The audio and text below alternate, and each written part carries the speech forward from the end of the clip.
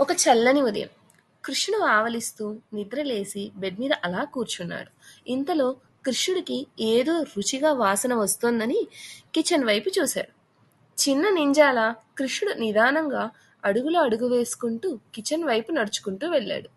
దోశ వాసన మరింత దగ్గరలో ఉంది. కాని అప్పటికే అమ్మ గమనించి అమ్మ చిరునవ్వుతో అడిగింది.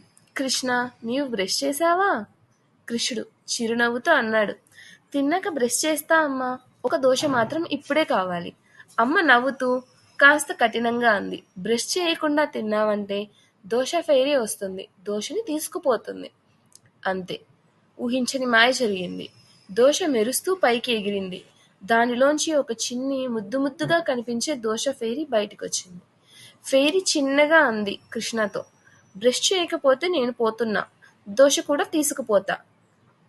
కృష్ణుడు భయంతో అరిచాడు. వద్దమ్మా, దయచేసి వెళ్ళొద్దు. నేను బ్రష్ చేస్తా. అక్కడ నుండి కృష్ణుడు రాకెట్లా బాత్రూంకి పరిగెత్తాడు. అతని టైగర్ టూత్ బ్రష్ తీసుకొని పేస్ట్ పెట్టి ముందుగా బ్రష్ చేయడం ప్రారంభించాడు. అతను పాట పాడుతూ బ్రష్ చేస్తున్నాడు.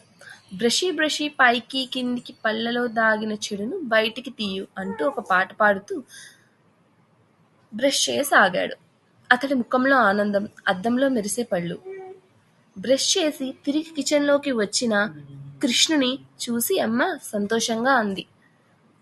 ఇప్పుడు నా క్లీన్ పళ్ళ కుమారుడు దోశ తినవచ్చు. దోశ ఫెయిరీ కూడా మళ్ళీ మెరుస్తూ వచ్చింది.